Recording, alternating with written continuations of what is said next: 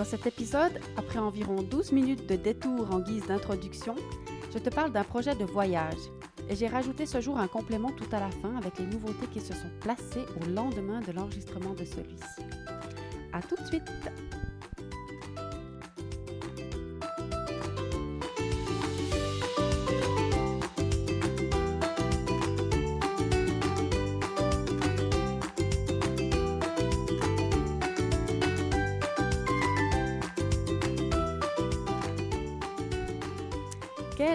Quelle joie de te retrouver ce matin. Alors, pour cet épisode, ça s'est passé comme souvent, où l'idée ou l'impulsion m'est venue au réveil.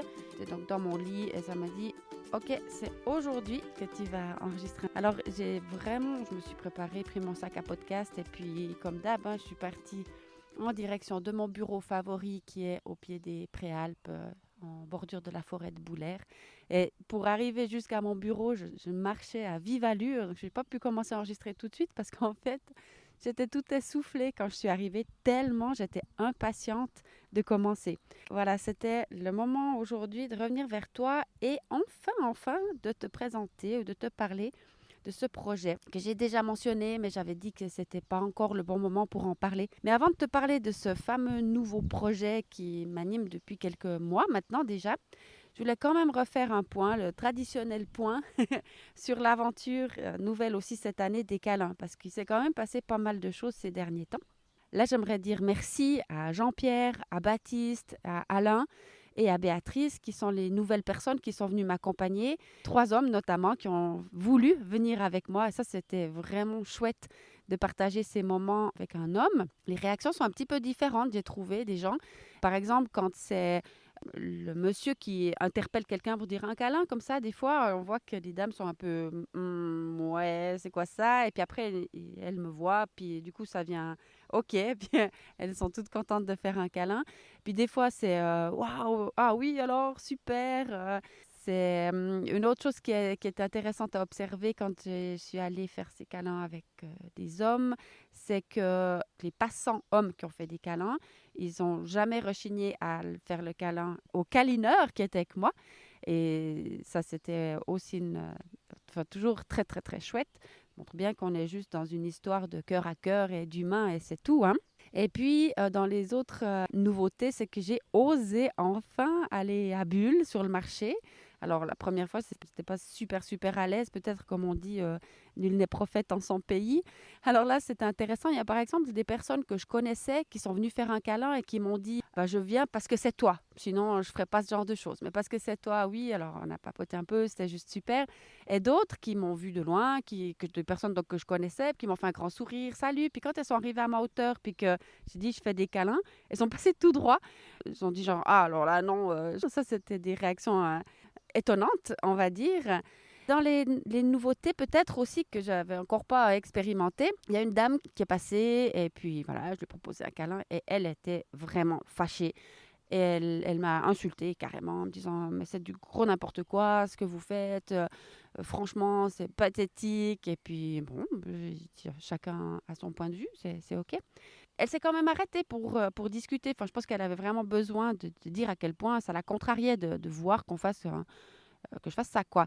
Et puis, après, elle est passée des insultes envers moi à toutes les contrariétés qu'elle a vis-à-vis de l'humain, on va dire. Où va-t-on, franchement? Qu'est-ce qu'il ne faut pas inventer pour être un peu dans plus d'humanité? Enfin, puis là, j'ai vraiment compris toute sa colère et j'ai accueilli toute sa colère. Elle a parlé assez longtemps en exprimant tout ce qui ne lui plaît pas dans ce monde et qu'elle trouve ridicule. Enfin, elle avait vraiment beaucoup de colère et puis moi, j'étais complètement à son écoute, quoi. Je la comprenais en plus, vraiment, je la comprenais plus que sincèrement, quoi. C'était assez fou, mais je crois que je la comprenais tellement qu'elle a dû comprendre. Parce qu'au bout d'un moment, elle-même, elle m'a pris dans ses bras, elle m'a fait un câlin. Et ça, c'était juste incroyablement magique parce que ça montrait comment on peut retourner une situation, en fait, en restant dans le respect et dans la bienveillance et dans la compréhension, en fait. Et c'était une compréhension tout à fait sincère. Alors, c'était vraiment, ça fait partie des moments magiques de ces dernières expériences. Et puis après, il y en a eu d'autres aussi qui étaient magiques comme ça. Un jour, une dame qui me contacte et donc elle sait que je fais ça, elle était même venue une fois avec moi. Et puis, c'était une période difficile pour elle. elle avait eu des problèmes de santé, différents soucis. Elle m'appelle et puis elle me dit mais Diane, j'ai besoin d'un câlin. Et j'ai dit bah viens boire le café. Elle est arrivée, on a fait un câlin, je crois, pendant au moins 2 minutes et c'était fou. Après, elle a posé un petit peu les difficultés qu'elle traverse en ce moment. Puis on a refait un long câlin quand elle est partie. C'était un moment extrêmement touchant. Je me suis dit waouh, c'est beau quoi. Ça veut dire à quel point ça aide et qu'elle sait que je fais ça et elle peut me solliciter et elle ose le faire. Il y a beaucoup d'éléments qui étaient mis en place dans cette situation-là qui était extraordinaire. Et en plus, je l'ai revue un peu par hasard le lendemain, cette personne-là. Et elle me dit « Oh, ça va beaucoup mieux ». Persuadée qu'il y avait un lien entre notre rencontre de la veille et le fait ça avait un peu tourné et qu'elle se sentait mieux. Et voilà, bon, ça fait waouh, quoi, ce genre de situation. Et il y en a d'autres qui sont très agréables aussi. C'est mes voisins, par exemple, plusieurs de mes voisins qui savent que je fais ça maintenant. Et chaque fois que je les croise, ils veulent leur câlin, quoi. Ils disent oh, c'est trop chouette. Et chaque fois, ils ont leur câlin. C'est une longue introduction quand même pour, pour faire le point sur ça. Mais je me réjouis tellement encore de la suite. Bon, revenons à plus ou moins à nos moutons. Donc, quoi que je vais quand même prendre encore un petit chemin de traverse. J'y suis pas encore à mon projet, hein, mais écoute, ça va venir, ça va venir. Patience. Donc, tu te rappelles certainement qu'au printemps 2021, j'ai donné carte blanche à mon âme. En fait, je me rends compte que ce que j'ai fait au printemps 2021, c'est que j'ai pris la décision consciente de donner carte blanche à mon âme parce qu'en regardant dans le rétroviseur avant cette date-là, eh bien, je m'aperçois que quand même, ça faisait assez longtemps que j'étais guidée par mon âme, mais j'en avais pas vraiment conscience et puis je le faisais peut-être pas tout le temps non plus. C'est-à-dire que parfois, je faisais des actes qui étaient complètement reliés à mon essence, mais pas tout le temps, de loin, pas tout le temps. En prenant la décision consciente de le faire, c'est comme si on fait équipe, donc les choses évoluent plus vite ou c'est plus vite clair ce qui se passe. Donc la toute première chose qu'elle m'a poussée à faire, c'était de quitter une relation. Et c'était nécessaire de quitter cette relation, vraiment, j'ai eu pas de doute, c'était clair. C'était quand même pas facile du tout parce que moi, j'étais quand même seule depuis 4 ans. J'avais pris cette décision de travailler à fond sur moi après mon divorce. C'était la priorité, quoi. Il fallait que je prenne soin de certaines de mes blessures et que j'avance dans cette direction. Je me disais après 4 ans, quand j'ai rencontré Laurent, quand même que waouh, je méritais peut-être une relation et que c'était chouette. Quand même, je sentais bien que c'était pas la bonne relation pour moi, mais elle était tellement agréable, c'est tellement chouette que j'ai pris tout ce qui était bon pour moi, et ce dont j'avais besoin, et c'était cool, quoi, vraiment. Mais cette petite voix, à un moment donné, elle me disait, elle criait dans ma tête, quitte-le, quitte-le, quitte-le, et moi, je trouvais ça extrêmement difficile, même si c'était tout à fait juste, mais vraiment tout à fait juste de le faire. Et il m'a quand même fallu 10 mois pour sortir complètement de la relation, parce qu'il y a eu pas mal de va-et-vient après la rupture, si on veut bien. Donc après 10 mois, le point final a pu s'écrire. C'est wow, ça m'a fait prendre conscience vraiment, vraiment de beaucoup de choses, de comprendre tout ce qui s'était joué dans cette relation, et notamment en lien avec la dépendance affective. Et peut-être, ou dis-moi si ça t'intéresse, parce que ce serait certainement une piste pour moi de faire un épisode complet sur ces questions-là de dépendance affective. Donc en fait, ça, c'était la première chose qu'elle m'a poussée à faire, cette petite voix. Après, elle m'a amenée sur pas mal d'autres chemins, dont une grande ouverture au silence. En fait, elle m'a vraiment poussée vers des réflexions en lien avec le silence, jusqu'à ce que j'aille faire une retraite dans une yourte pendant 2 jours dans le silence. J'ai bien compris là qu'en faisant moins de bruit, j'allais mieux entendre ce qu'elle allait me dire. Et dans cette yourte, elle m'a dit vraiment beaucoup de choses aussi, en lien notamment avec ses câlins, en lien avec différents projets, notamment d'écrire un livre. Ça fera l'objet aussi d'un autre podcast, je pense. Et surtout, en lien avec le projet dont vraiment je vais te parler tout à l'heure. Donc ça, c'était une autre des voies. Après, elle m'a poussée aussi à me mettre beaucoup plus en connexion avec l'eau. Est-ce que j'étais déjà très attirée par l'eau depuis longtemps, mais là, ça s'est accentué aussi avec toutes les baignades en eau froide. Elle m'a poussée à arrêter vraiment, donc j'avais déjà depuis longtemps arrêté de suivre les nouvelles, la téléjournal, lire les journaux, tout ça, ça fait très longtemps que j'avais arrêté. Certainement que c'était déjà elle qui m'avait poussée à le faire. J'en avais pas conscience vraiment à ce moment-là. Par contre, maintenant, là, elle m'a commis un stop. J'écoutais assez souvent des vidéos sur YouTube sur différents sujets, mais il y en avait trop dans le même domaine là, et j'ai eu comme tout d'un coup un grand stop devant les yeux, c'est stop, mais écoute plus rien. Et effectivement, je m'étais rendu compte qu'à force d'écouter certaines personnes ou de suivre certaines personnes, eh bien, je parlais plus moi-même. Ça avait fait quelque chose, un déséquilibre en moi, en suivant trop de monde. Enfin, il y a quelque chose qui était devenu pas malsain, je dirais pas ça, mais en tout cas, c'était écrit en grand devant moi. Et ça, c'était aussi nouveau. C'était écrit stop, alors que d'habitude, j'entends plutôt des messages. Et puis là, j'ai vu, je me dis peut-être il y a des choses qui changent aussi chez moi dans mes perceptions. C'est assez intéressant. Enfin, voilà, quelques changements qui se sont mis en place ou que j'ai été poussée à faire. Il y en a plein d'autres, bien sûr, mais là, j'arrive même pas trop me rappeler. Bon, après, c'est questionnant aussi quand ma petite voix, elle me met un grand stop pour plus que j'écoute certaines personnes, que j'arrête de, de suivre ça. C'est assez questionnant parce que dans le fond, moi, je suis contente si tu m'écoutes. Alors, c'est un peu questionnant, mais les compréhensions que j'ai fait en lien avec ça, c'est que c'est juste pour moi de continuer les podcasts, bien entendu, parce que je parle de moi et peut-être que par rapport à certaines autres personnes que j'ai écoutées, je ne veux pas donner ni de conseils, ni rien du tout.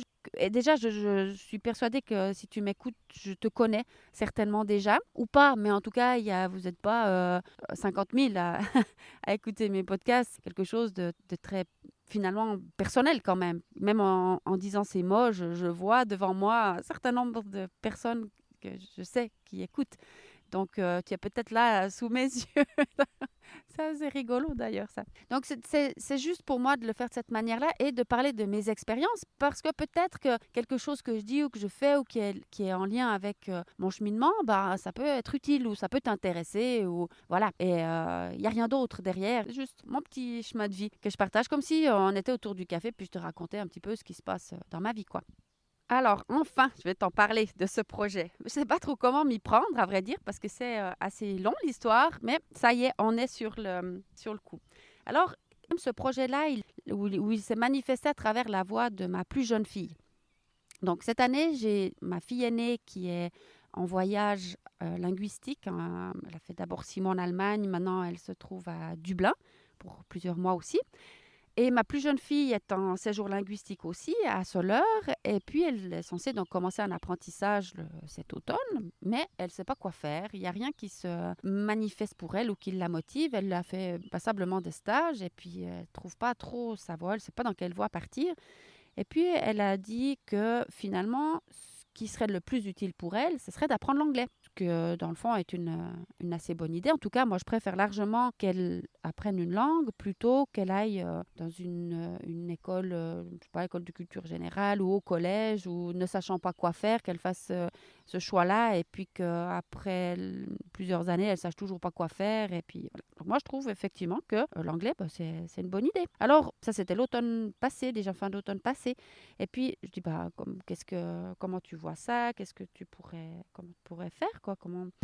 Et puis, à un moment donné, elle me dit, mais est-ce qu'on pourrait partir ensemble? Et puis, moi, là, je me dis, partir ensemble, c'est quand même étrange parce qu'à 16 ans, on a plutôt envie de fuir sa mère que de partir avec elle, il me semble. En tout cas, c'est ce que moi, j'ai fait à 16 ans. Et j'étais un petit peu dans l'étonnement. Et donc, je reste un peu dans cet étonnement, puis on laisse un petit peu ça de côté. Elle continue à faire des stages, à chercher voilà, son chemin. Et on est un petit peu bloqué quelques mois là-dedans avec cette proposition qu'elle a faite qui m'étonne, quoi. Et que, voilà, bref. Et puis, je me dis, mais waouh, quel cadeau elle me fait. Puis, une petite partie de moi dit, mais et pourquoi pas? Pourquoi pas?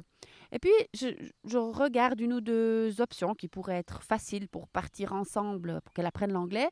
Puis, ça se place pas, ça se fait pas. Donc, ça, c'était fin d'année dernière. Et puis, je laisse un petit peu tomber parce que, voilà, enfin... Mais elle revient quand même quelquefois sur le sujet. Et puis, surtout, elle continue à faire des stages. Puis, elle continue à pas trouver ce qu'elle veut faire. Donc, ça devient un petit peu stressant pour elle. Et puis là, je pars dans la yourte. Et dans le silence de la yourte, ben, ma petite voix, elle était très bavarde. Et notamment, là, elle me dit, Diane, va à Dublin, là où ta fille aînée va passer quelques mois. Ok, à Dublin, ok, bon. Alors, je reviens de cette expérience, puis j'échange avec ma fille, puis je lui dis, ouais, écoute, c'est tout bon, on va partir à Dublin. Et donc là, comme j'ai vraiment entendu ma petite voix qui me dit, pars à Dublin, je dis, ok, je comprends pas tout, mais je vais embrayer ce projet, quoi. C'est parti, c'est parti. Et puis, d'abord, j'ai dû dire à mon cerveau vraiment de me laisser faire. Et puis, j'ai dit, OK, d'accord. Donc, l'objectif, c'est que ma fille apprenne l'anglais. Et du coup, pour qu'elle puisse apprendre l'anglais, il faut que je trouve une école pour elle et un logement. Alors, tac, tac, tac, là, on est au mois de janvier, et moi, je cherche une école, un logement. Je parle de cette idée à plusieurs personnes. On me donne des personnes de contact en Irlande. Il n'y a rien qui se manifeste. Je ne trouve pas d'école, je ne trouve pas de logement. Et puis, durant toute cette période, mon cerveau, il essaye parfois de venir pour me dire certaines choses comme que je n'ai pas les moyens ou je ne sais quoi. Mais moi, j'écoute rien de mon mental, en fait. OK, je cherche. Le but, il est clair. Je pars en Irlande. Ma fille va apprendre l'anglais, on part ensemble, ça trace quoi, je laisse rien venir. Et puis quand même, je trouve pas. Par contre, j'ai plein d'idées pour organiser tout ce qui doit être organisé ici en Suisse. Alors par rapport à travail déjà, comment je vais faire ça? Je veux garder quand même ma salle. Alors la première chose qui m'est venue, c'est que je pourrais continuer à transmettre les cours que je donne dans le domaine notamment de la périnatalité avec les bébés. Et là, je prends contact avec des personnes qui pourraient me remplacer. Donc, puisque je suis formatrice pour les activités Signons Ensemble notamment et que je suis impliquée dans l'organisation des formations pour Ballon Forme, je connais tout le monde. Et puis, je me dis, mais peut-être qu'il y a quelqu'un qui pourrait venir dans ma salle, animer des ateliers et donner ses cours pour leurs clients donc, et prendre aussi mes clients. Et donc, je contacte des personnes et c'était juste magnifique parce que tout le monde était partant et tout le monde était d'accord. Et donc, il y aura toujours aux ateliers du Molaison les cours que je donne depuis de nombreuses années, sauf qu'ils seront animés par des personnes extraordinaires qui vont donner les mêmes cours que moi et qui vont bénéficier du lieu. Donc là, je me suis dit, waouh, mais c'était quand même une super idée. D'ailleurs, je remercie très sincèrement Audrey qui va animer les ateliers Signons Ensemble et Virginie et Élise qui animeront les cours de gym ballon forme prénatal et postnatal. Et là, tout le monde est vraiment content. Les cours vont continuer de se donner, les animatrices vont avoir une salle et moi, je pourrais faire vivre l'activité périnatalité de Bibloom. Donc ça, c'est cool. Sinon, il n'y aura effectivement pas d'atelier pour les parents l'année prochaine. Ça sera en pause. Par contre, les entretiens individuels pourront se faire sur Zoom sans problème. Et pour ce qui est des mandats en entreprise, eh bien là, pas de doute, je ferai des allers-retours avec grand plaisir pour animer les ateliers en entreprise. Après, toutes les personnes qui sous-louent déjà la salle, là, il ne va pas y avoir du tout de changement. En fait, elles vont continuer de sous-louer le lieu et la salle reste à disposition pour des sous-locations. Ça, c'est des choses dont je peux m'occuper même à distance et aussi trouver quelqu'un qui est d'accord de faire visiter la salle s'il y a besoin. Après, j'ai une boutique en ligne. Donc là, j'ai aussi trouvé Cécile qui est d'accord de s'occuper de une partie de la salle et de la boutique en ligne. Et ça, c'est magnifique. Et pour ce qui est de l'organisation des événements dans la salle, eh bien, même ça va continuer parce que la vie a mis sur mon chemin Alexia qui cherchait justement une salle pour organiser des événements. Donc voilà, de ce côté-là aussi, c'était tout facile à mettre en place. Enfin, il n'y a rien eu à mettre en place, ça s'est fait tout seul. Donc, les événements vont eux aussi pouvoir continuer. Donc, j'ai rapidement trouvé des solutions où j'avais plein d'idées pour organiser tout ce que je voulais qui continue en Suisse. Après, je lance encore un appel par rapport à mon appartement. J'ai donc 2 chambres qui seront à louer. Donc, Charlotte, ma fille aînée, elle sera dans l'appartement pour venir poursuivre son apprentissage, finir son apprentissage à son retour de Dublin. Et puis, il y a 2 chambres, donc on va mettre en colocation avec elle. Donc là, je lance un appel si quelqu'un cherche une chambre à partir du mois de septembre. Et puis donc, tout s'est mis en place assez facilement pour que je quitte la Suisse, mais je trouvais vraiment rien de l'autre côté. Il n'y a rien qui se manifestait.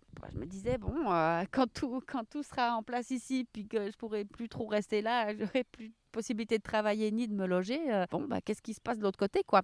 Et puis, chemin faisant, tout d'un coup, fin mars comme ça, il y a plusieurs événements qui se sont placés qui m'ont fait comprendre que je devrais plutôt m'orienter vers du woofing. Donc ça, c'est une manière de voyager qui permet à des gens peut-être qui n'ont pas trop de moyens d'aller partout dans le monde en proposant de l'aide à des gens qui auraient besoin d'aide. Donc, en contrepartie de 4 à 5 heures de travail par jour, on est nourri et logé dans l'endroit qui cherche. Au départ, c'était connu pour le travail dans des fermes, mais ça peut être aussi des bed and breakfast, des auberges de jeunesse ou des familles simplement qui cherchent du monde. Il y a différentes formules, mais voilà, j'ai pensé à ça. Elle me dit, ah, mais waouh, ça c'est vraiment cool parce que finalement, ma fille, ce qu'elle veut, c'est quelque chose qui lui permet de vivre une expérience différente avec moi. Puis si je cherche un appartement à Dublin et une école pour elle, bah, ça ne change pas vraiment de ce qu'on vit ici. Tandis que si on part et qu'on va faire du woofing, alors là, ça change tout. Du coup, quand j'ai eu cette idée-là, j'étais mais waouh, j'étais hyper enthousiaste. Je dis ah mais ça c'est super. Puis là, je me suis dit mais heureusement que j'ai pas laissé mon mental me dire que je pouvais pas, que j'avais pas les moyens, comment je pourrais payer un appartement et une école pour Léonie. Et là, le fait de chercher, de pas trouver, et de rester quand même sur mon idée, en fait, de croire quand même à ce projet, bah, ça m'a amené sur une autre idée qui a libéré complètement toutes les questions liées aux finances. Et puis là, bon, je m'inscris sur plusieurs sites différents de woofing. Je commence à chercher et pareil, c'est aussi un petit peu difficile de trouver vraiment un endroit ou alors c'est trop tôt ou alors pour demander pour septembre parce qu'ils cherchent plutôt du monde pour la saison d'été. Ou alors, ils ne me répondent pas. Ça me paraissait l'idée du siècle. Et puis, en fait, c'était pas tout à fait fluide non plus de ce côté-là. Je me dis, bon, mais ça fait rien, on continue de chercher. Puis là, je me suis dit, mais finalement, pourquoi pas partir sans point de chute du tout? Pourquoi pas partir sac à dos et puis voir où la vie va nous amener, en fait. Si je trouve du woofing en cours de route, ben, on fera du woofing un certain temps. Si je rencontre des gens en cours de route, ben, je rencontrerai des gens qui vont me faire découvrir je ne sais quoi. Enfin, en tout cas, plus le projet il avance, plus je peux lâcher des idées préconçues ou pas lâcher, mais m'ouvrir à tout, en fait. Et ça, c'est assez magnifique ou c'est assez enthousiasmant. J'ai deux objectifs en tête. Il y a un objectif qui est très clair, c'est que Léonie apprenne l'anglais. Et pour moi, j'ai l'objectif pendant ce temps-là d'écrire un livre. Alors, les objectifs sont très clairs, mais le chemin pour y arriver, moi, je reste dans la confiance et la plus grande ouverture. Donc, à ce stade-là, je ne sais pas très bien ce qui va se passer. Ce que je sais, c'est que on va partir. Bon, d'abord, je suis très, très fière de mes deux filles parce que Charlotte est tout à fait OK avec le fait qu'on ne soit pas là l'année prochaine. Bon, elle est peut-être même contente, mais en tout cas, il n'y a pas de stress de son côté de revenir et d'être seule l'année prochaine. Pareil, elle est mature, autonome, mais peut-être qu'elle se réjouit de ne pas avoir sa maman sur le dos aussi. Et puis Léonie, ben, elle, bien sûr, elle a planté la première graine pour le projet, mais après, elle est super ouverte aussi, parce que presque chaque fois qu'elle rentre de Soleure, ben, moi, j'ai une nouvelle idée. Donc, au début, chaque fois, je disais, bah, j'ai écrit dans cette école, j'ai regardé là pour un logement, qu'est-ce que t'en penses? Ah ouais, ça a l'air cool. Et puis, bon, ça fonctionne pas, ça va pas. Puis après, j'arrivais chaque fois avec des belles idées. Et puis, elle est restée chaque fois ouverte à dire, OK, pourquoi pas, OK, ça me va aussi, je suis d'accord, ouais, c'est une bonne idée le woofing, ouais. Ah ouais, on va partir sac à dos, oui, ça c'est une bonne idée aussi, d'accord. Et puis, après, à un moment donné, j'étais jusqu'au stade de me dire, bah, finalement, est-ce qu'on doit même prendre un billet d'avion ou prendre un billet pour partir? On pourrait partir à l'aventure sac à dos depuis ici. Alors là, c'était comme un peu trop pour elle. J'avais poussé le bouchon un peu trop loin. Je dis non, mais quand même. Alors voilà, je ne sais pas les détails. Il y a beaucoup de choses qui sont encore ouvertes, qui sont en construction. Ce qui est sûr, c'est qu'en septembre de cette année, on va partir a priori jusqu'à juin 2023. Et durant ces 10 mois-là, qu'est-ce qui va se passer? Il y a plein de points d'interrogation encore, mais c'est certain que ça va être une belle aventure. Et puis, disons que cet épisode-là, c'est l'épisode 1 du projet que je partage avec toi. Et bien entendu, il y en aura d'autres, tu vas en entendre encore parler. Mais voilà, c'est ce dont je voulais te parler aujourd'hui. Donc, vive l'aventure, vive l'ouverture, vive la confiance en la vie et go, go, go, quoi. Bon, alors je fais une petite rallonge à cet épisode parce que figure-toi que quand on a un projet comme ça qui se met en place, les choses changent sans arrêt. Et le lendemain de l'enregistrement, de manière tout à fait inattendue, il y a quelque chose qui s'est placé, qui est venu sur notre chemin, qui était très enthousiasmant. Alors, j'ai hésité soit à envoyer l'épisode comme il était fait, sachant qu'il y avait déjà des changements, ou alors à le refaire complètement. Et finalement, ce qui me paraît le plus aligné, c'est de faire ce petit rajout pour te donner les dernières informations. Donc en fait, ce qui s'est manifesté à nous, c'est sur un site donc, de woofing qui s'appelle Workaway, tout à fait, on va dire, ouais, enfin, presque par hasard, j'ai trouvé un bed and breakfast dans le sud-ouest de l'Irlande où ils cherchaient 2 woofers pour le mois de septembre. Je dis, mais ça, c'est juste parfait pour nous parce que Léonie a un intérêt pour l'hôtellerie. Moi, c'est mon premier métier. Et puis, on s'est dit, mais ça serait vraiment chouette de travailler pendant un mois dans un bed and breakfast. Ça nous donne aussi un point de chute. Et je pense que le fait d'avoir accepté l'idée, en tout cas pour moi, pour Léonie aussi, dans le fond, de partir sac à dos sans savoir ce qu'on ferait, où on irait et de rester ouverte à toute option, ça a peut-être permis de placer quand même le point de départ qui nous a permis aussi d'acheter les billets d'avion. Donc maintenant, on le sait, nous partons le 28 août et on va travailler dans cet endroit tout le mois de septembre et ensuite, ça sera l'aventure. En tout cas, on n'est plus du tout dans l'idée de chercher autre chose. On reste sur notre envie de voir ce que la vie va placer sur notre chemin.